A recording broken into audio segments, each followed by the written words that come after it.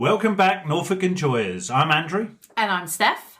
And we're from Enjoying Norfolk. You can find us talking about Norfolk on a very regular basis at enjoyingnorfolk.co.uk, on Instagram, on Facebook and on Twitter. If you've listened to the previous episodes of our Norfolk and Good podcast, then you will be delighted to realise that this is episode 5 already. Wow, that's unbelievable. Now, thank you very much for listening to our previous podcast episodes.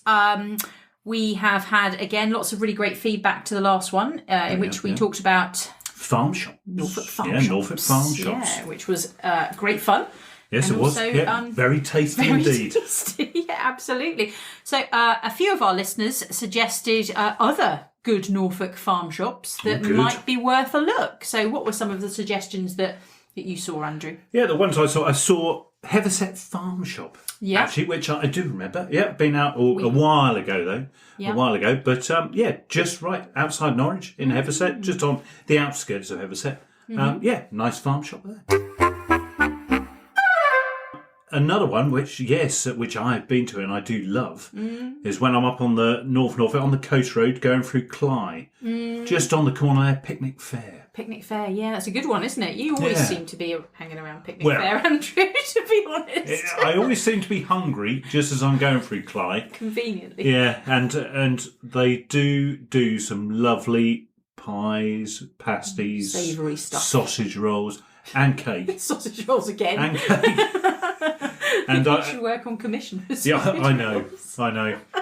And a nice treacle tart, as I remember. They do some nice treats. I remember we stopped there before. I think we had some ice cream actually once. We were doing a walk, that nice walk down to Cly Windmill with the kids, and we stopped there and got some ice cream. And they had, I remember, a fantastic window display this Christmas. Oh, they did, yeah.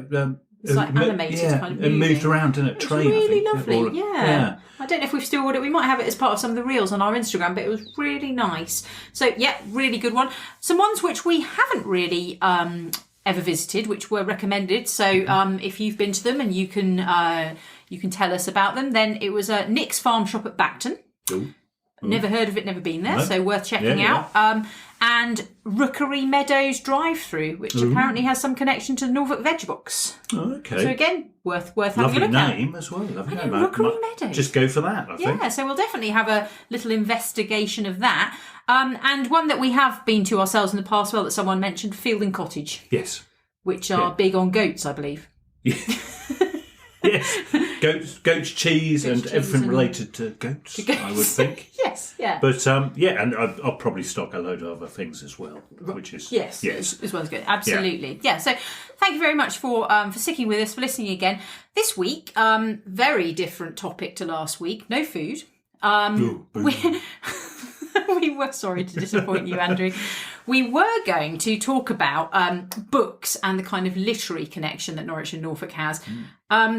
However, once we started actually kind of compiling bits of interest for the podcast, we realised it was such a massive topic. It was, yeah. And massively interesting. It's just massive, really broad-ranging. That it would either be one mammoth episode, and we don't want to completely lose your attention, or we'd have to split it into two. So what we've decided to do is we are going to split it into two, and this week we're going to cover something very, very close to home to us geographically, which is to do with the creative writing at the University of East Anglia, the UEA.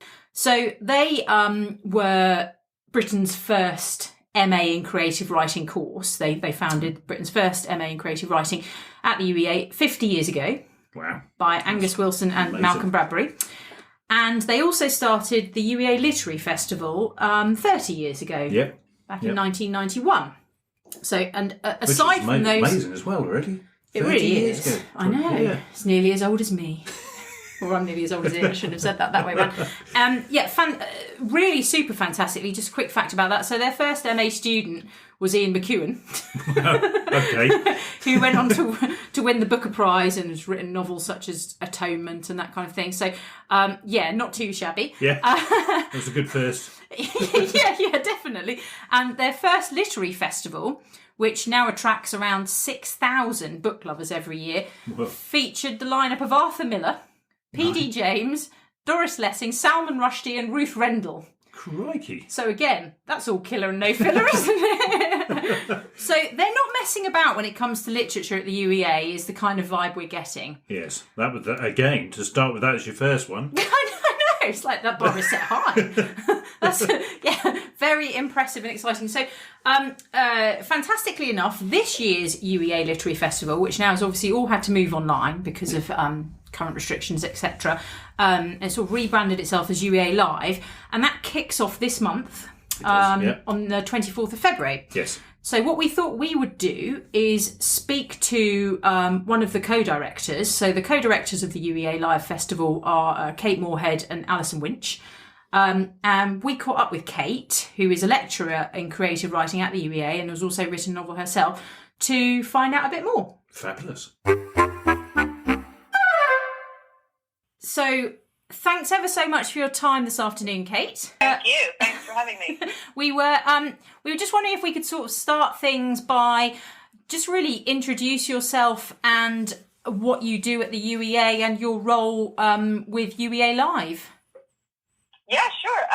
So I am a lecturer in creative writing at UEA. I've been working there for about 10 years now, although, more seriously in the last couple of years. I'm a novelist as well, and I am a big fan of UEA,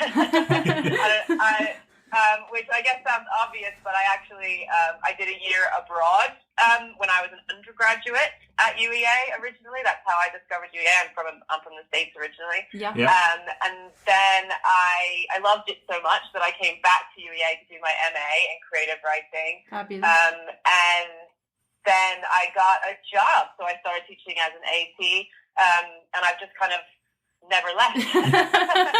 Brilliant. After that, so I'm very committed to the uni. And one of the things that I loved even when I was a student was the UEA Literary Festival, because all these amazing writers were sort of just like on our doorstep and available to us as part of these events.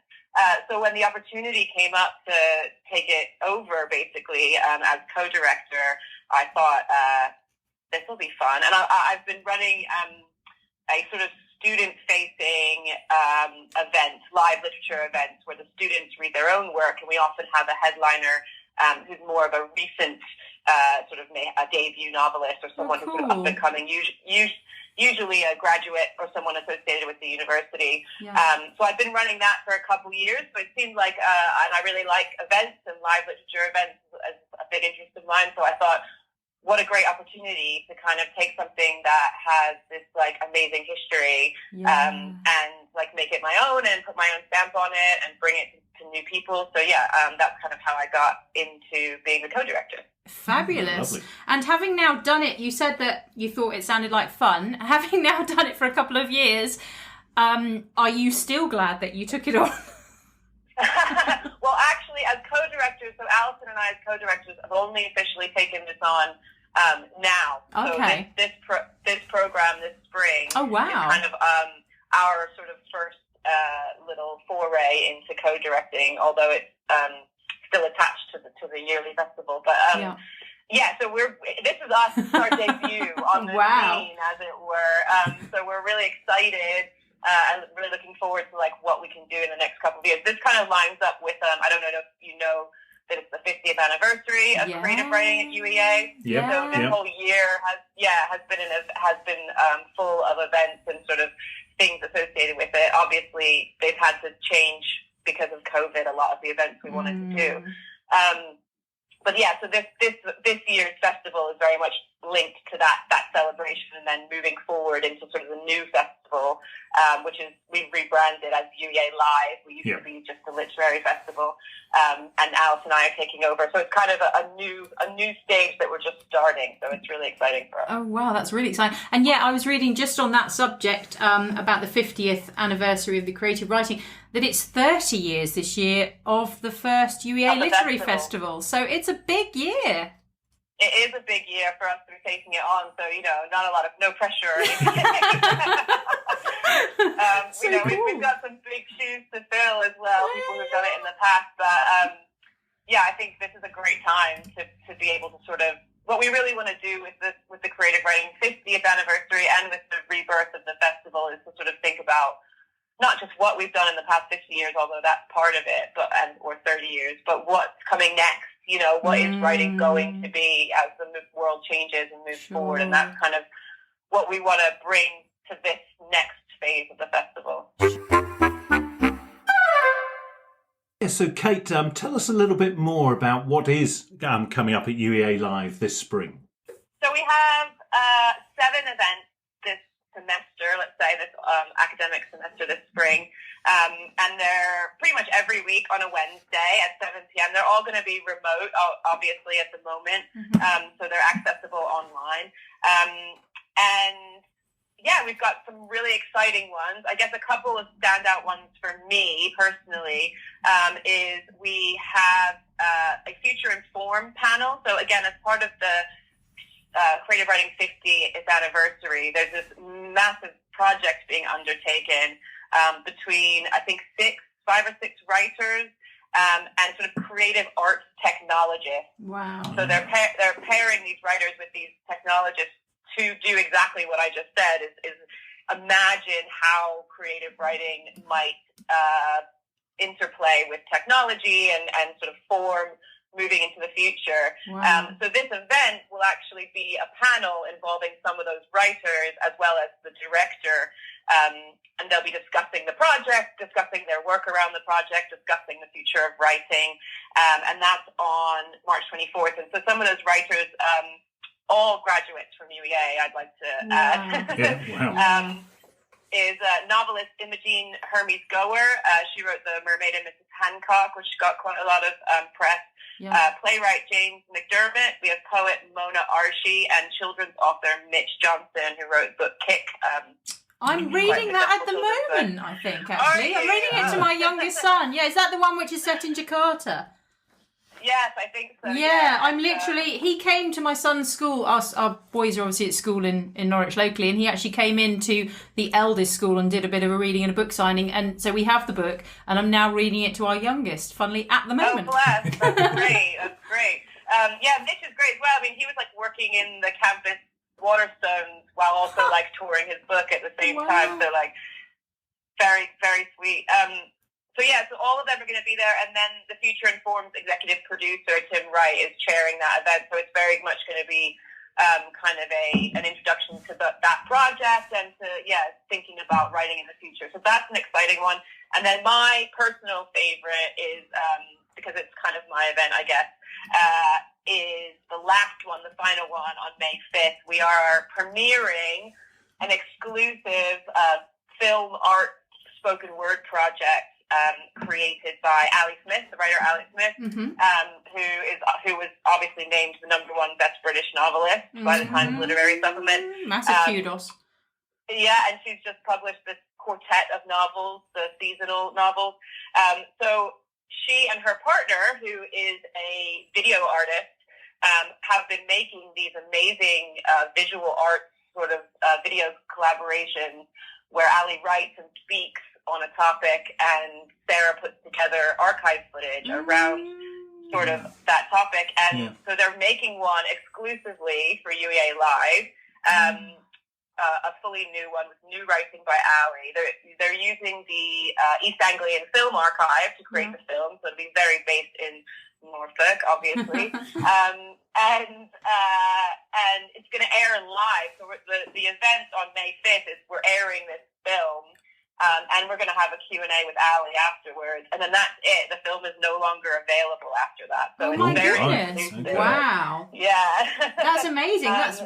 Yeah, so I really recommend anyone who's a fan of hers or who's interested in film, video art, and spoken word art to come to check that out, especially considering, if you're a student at UEA, it's totally free, so there's no excuse. And if you're not a student at UEA, it's only £5.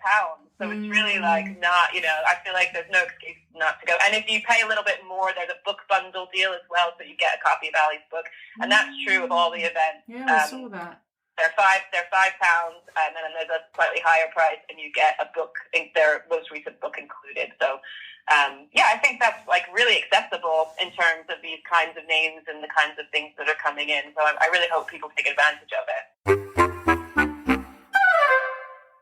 It sounds like a really exciting program. I think two things that jump out for me are, well, just how, it is kind of, literary speaking, cutting edge, really, especially with this kind of integration with the digital and with kind of creative arts as well, which, really, really forward looking, and also will appeal to people on a number of levels. But also, the one thing I really like about the UEA Live is that, like you say, it is really accessible. So previously, if people were, perhaps it wasn't very easy for them to travel to the campus to see these events, or they don't live locally, then you can potentially reach those people and really widen your audience.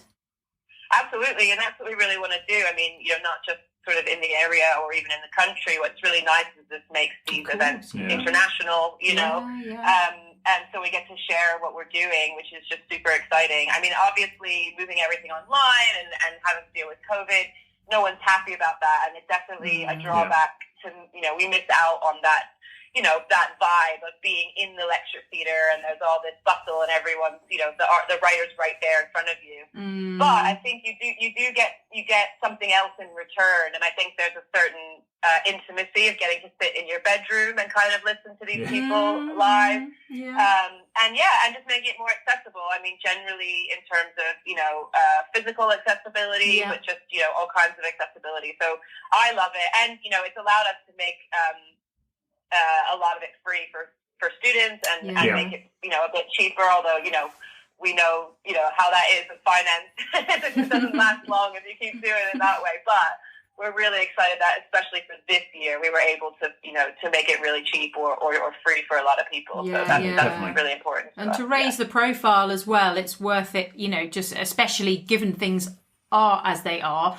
It would be very easy to have kind of just decided to skip a year or whatever, but to I think it's very much worth the effort. And like you say, it is very, very competitively priced this year. But if it raises the profile of the whole the festival and the offering, then that's going to pay dividends hopefully in future years. Absolutely, that's the hope, is that we just get fans that want to come back, and even if it goes back up. I think it was only ever like £7 anyway. It was pretty good. It's been quite accessible. Yeah. So the hope is that people will stick with it, and we do offer season tickets, so that if you want that makes all the events cheaper, and you can come to everything.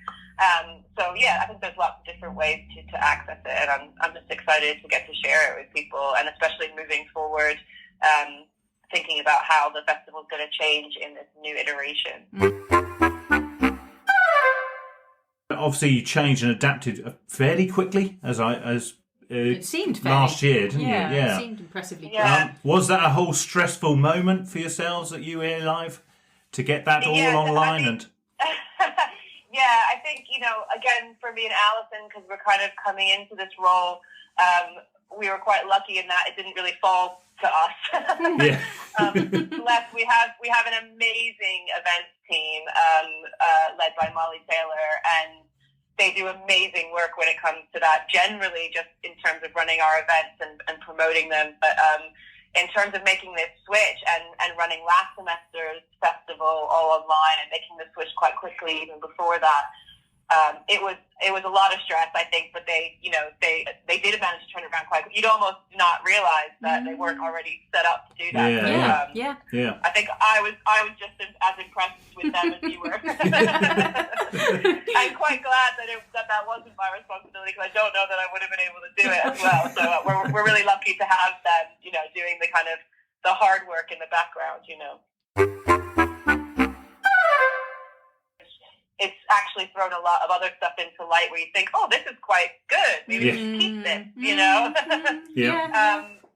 So it's about finding the not to be too cheesy, but finding the good in the situation. Because that's kind of not a great thing to say, but I think realizing that there are opportunities presented, and we've been trying to do that in the school a lot. We talk a lot about how can we make this work for our advantage, basically. Absolutely, And I think anything that forces evolution in a way I think if you're provided with a hurdle and you manage to overcome it, and then perhaps, like you say, when that hurdle's finally, hopefully, removed, there may be some good things that are retained, be it that future UEA lives are a combination of in-person and online and all these kind of things. So, and for you personally, you've already said you're a novelist. Are you writing at the moment? Are you involved in that?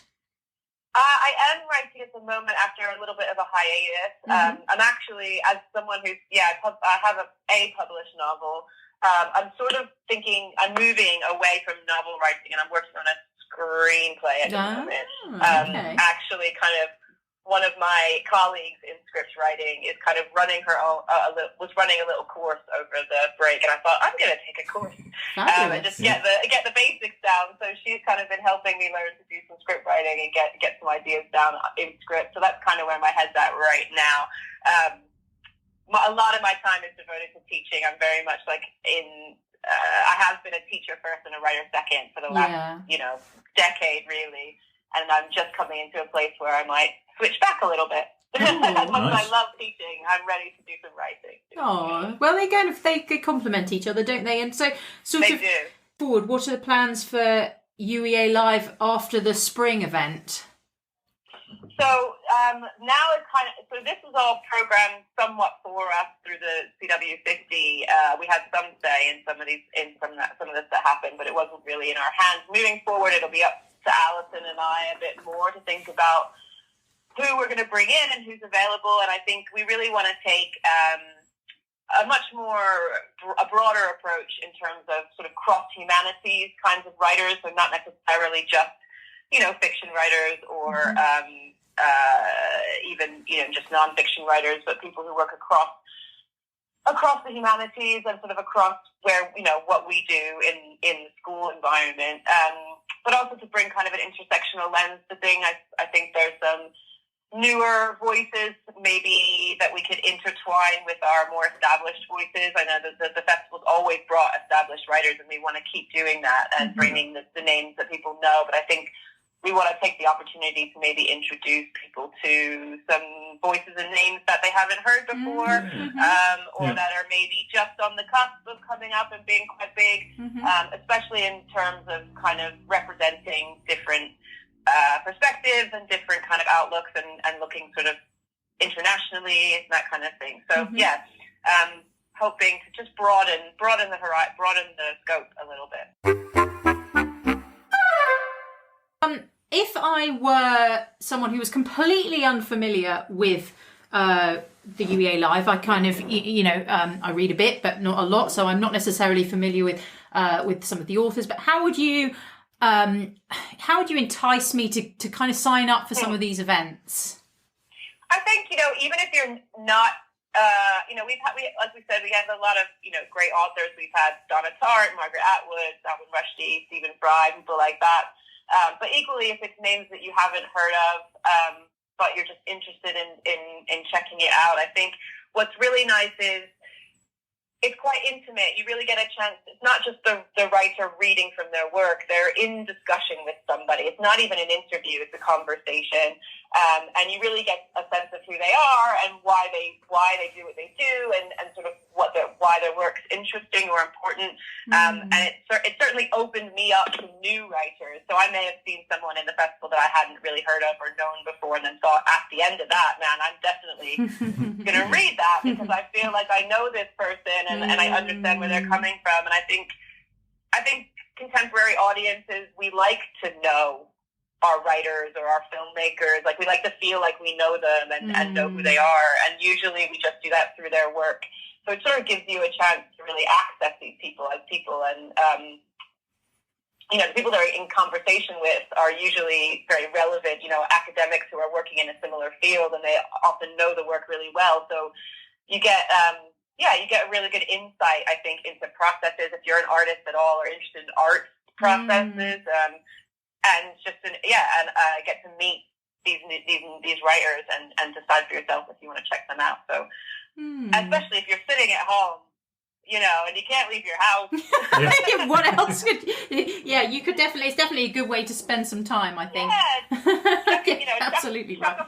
chuck a $5 at it and chill and watch an exclusive Ali Smith film that no one else is ever going to see, you know? Or you sold it to me. I think definitely, I'm going to sign up just for that. You can't lose anything from checking it out. I can guarantee that. Yeah, and we, you know, and you can actually, people can still, I believe, can still watch all the events from last semester. Yes. So those are all available on the YouTube channel or through UEALive.com. So check them out. You know, we had Bernie Evaristo last semester who just won the Booker. So there's probably names on there that you've heard of, or you're interested, or someone might have mentioned to you. So you can always have a check out and see: do I like this event? Do I want to pay a $5 for another one? And see what you think. In the past, that's actually something that's what I've really enjoyed about author events is. I think we do love to see what makes them tick and kind of what their motivation is. And also, I always just find it really, really inspiring because they are just normal people. You know, we're all normal people, basically. And so, but, you know, when you're, and in a more intimate setting with the UEA Live kind of the presentation, it's even more so because there we all are in exactly the same situation. They're not even on a stage in an auditorium. So, yeah, brilliant. Yeah, well, I can highly recommend it. I saw Tracy Fawn there at one of the last events. Who's somebody I used to listen to on the radio, obviously in my youth. And so that must have been nice. Yeah, but it was a great event. It was, and her book really was fabulous, and he brought the book home, and I read it, which was great. So I went to see Gina Miller. Probably 2 years ago, I think. And that was, I mean, she was a fascinating speaker anyway, and really, really interesting woman. But yeah, just, I mean, I just, even if I'm not particularly, even if I haven't heard of the author or I haven't read the book or it doesn't sound like a subject I'm interested in, I think that you always find something to take away from literary events.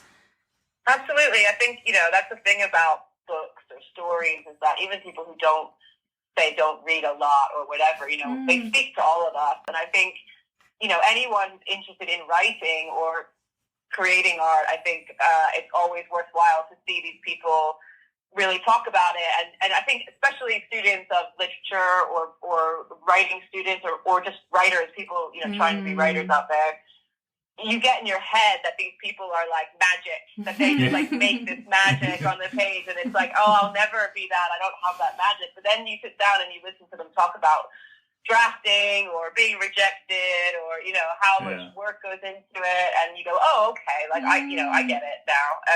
So I think, again, if you don't know them, it doesn't mean you can't get something out of it. I think you definitely will.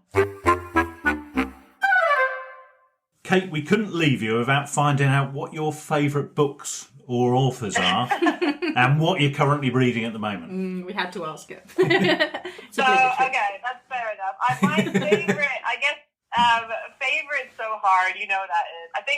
I guess the ones that stick with me, the authors that have stuck with me the longest, and as someone who considers myself like an intersectional feminist, it really disappoints me that these are the ones that stuck with me the longest. But I think teenager, growing up in America in the 90s, like you look up to these sort of like white male like renegades, right? Like that's all there was for me a lot. But I'd say J.D. Salinger, Salman Rushdie, and Kurt Vonnegut forever will be like my three loves, even if, no matter how problematic or whatever else might go on, like I don't think I'll ever be able to break up with any of them.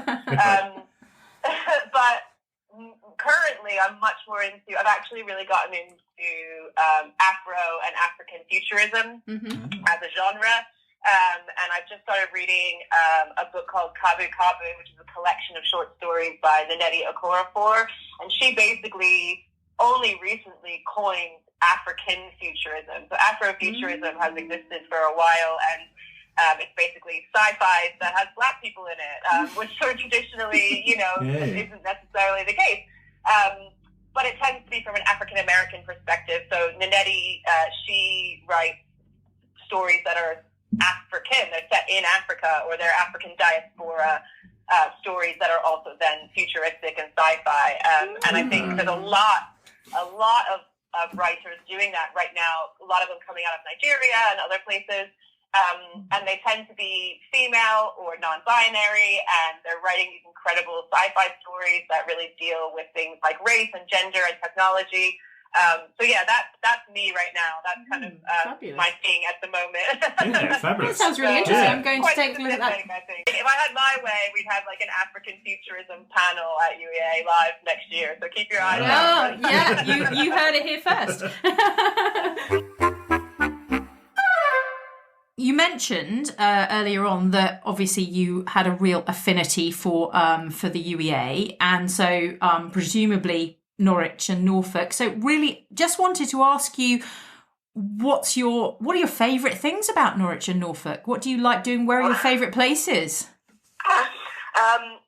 It's so funny because obviously, I fell in love with Norwich like a million years ago with the university and have lived here ever since. As someone who grew up in sort of Philadelphia and New York, I get asked a lot, like, how'd you end up in Norwich, of all places? Like, why Norwich from Philadelphia? Like, why not London or whatever? And it's interesting. I think Norwich actually really reminds me of Philadelphia in some ways because it's got this real sense of big city and small town at the same time. So there's so much to do, and it's so sort of culturally relevant, and it's got a real sense of like youth to it with both universities, the art school and the sort of music scene, and but then it's also really small and manageable, and you can walk it really easily, and you kind of get to know people. So it's got the benefits of both. I feel like as someone who thought I was a city kid and then moved out here and went, oh, actually, it's really nice to have like space and green and fresh air and all this loveliness, but still have that sense of like city life to some degree. I think is partly why I really fell in love with it. It's also just adorable. I mean, as an American, all my American family, they love to use the word quaint. So quaint. It's like a storybook. I bet. I can totally understand. Yeah, I completely concur on all those fronts. I think there is something really unique about Norwich in that we punch above our weight massively in terms of, sort of progressiveness and culture, but it's very compact and like you say, it has a kind of very local kind of almost a family feel to the community. It's very welcoming. Yes, definitely. And for someone who's like anxious in big crowds and like it's just nice to be able to wander around town and like there's people about, but it's never like, I don't know, it's great. It makes me there's space to breathe a little bit. Yeah, exactly. And where do you like to visit in Norfolk or Norwich? Where would be your top places? Yeah. It depends on like what we're doing. Like, I'm a big fan of Cinema City, obviously, and obviously these days we're not doing anything, so there's that. Cinema City is like one of my favorite things about Norwich. Like, I love a little tiny independent movie theater where you can like drink booze and watch movies at the same time, which is kind of like, for an American, that's a real like novelty. We're obsessed with coffee, me and my partner. So there's a couple of coffee places we like to go to. Ancestors is near us, which we go to a lot. And Kofra coffee is like amazing. When I first moved to Norwich like 15 years ago, like coffee equaled instant coffee. Like that was pretty much all you could get, and now there's just all these amazing coffee places that I really rate. We have a 6-year-old daughter, or my stepdaughter, so we like to take her. She likes to go to Patisserie Valerie and have cake. And there's like an indoor play area, I forget what it's called, in the mall. The Castle Mall. Yeah.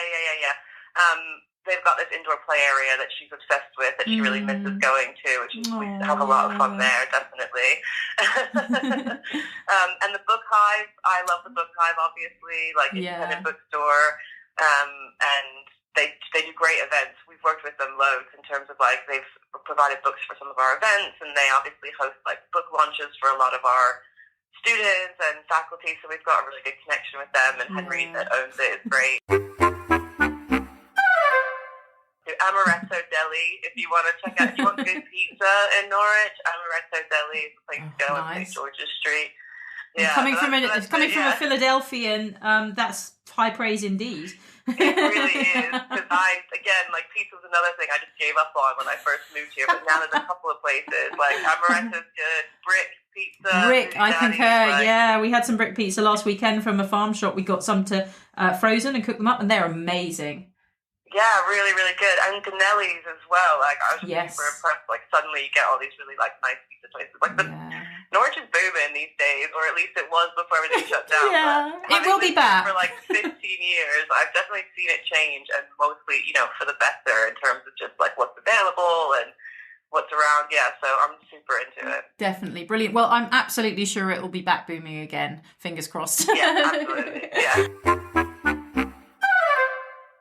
Thanks very much for all of that, Kate. If you could possibly just let us know how, if we want to attend some of the events at UEA Live, how do we go about it? So uealive.com, easy to remember. All the information on all of our events for this spring are on there. And you can book, even if you're a student and you're going for free, you do need to book. But there you can pick, if you want your book bundle or whatever. And that's it. And then you'll get a link basically to the actual event. So super easy. Fabulous. 2 clicks and you're there. And booking is open now. And the first event is the 24th of February.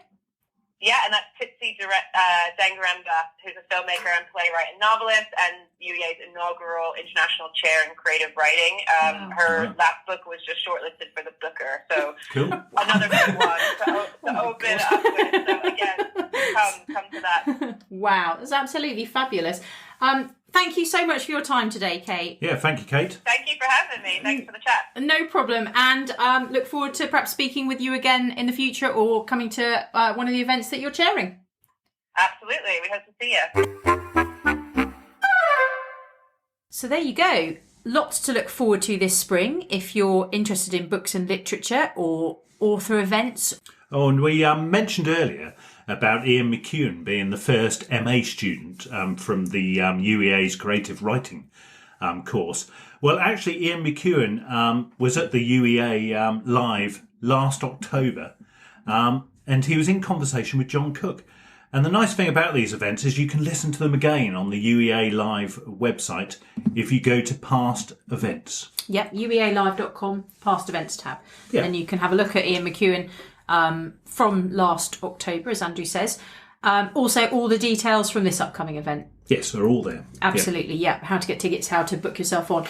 So all that remains, I suppose, is for us to say thank you for listening. Thank you for your time today. If you have any feedback or any comments, perhaps you were a student of creative writing at the UEA and would like to shout out to a past lecture or inspiration. Perhaps you're an author yourself, or perhaps you've got comments about the UEA Literary Festival or anecdotes or UEA Live indeed. We always welcome feedback and comments. You can contact us via our website enjoyingnorfolk.co.uk or comment under any of our social media posts. Otherwise, we wish you well and we look forward to speaking with you again soon. Yeah, and we will have some more literature and books related to Norfolk next week. It's going to be a good one. It is. Bye-bye. Bye.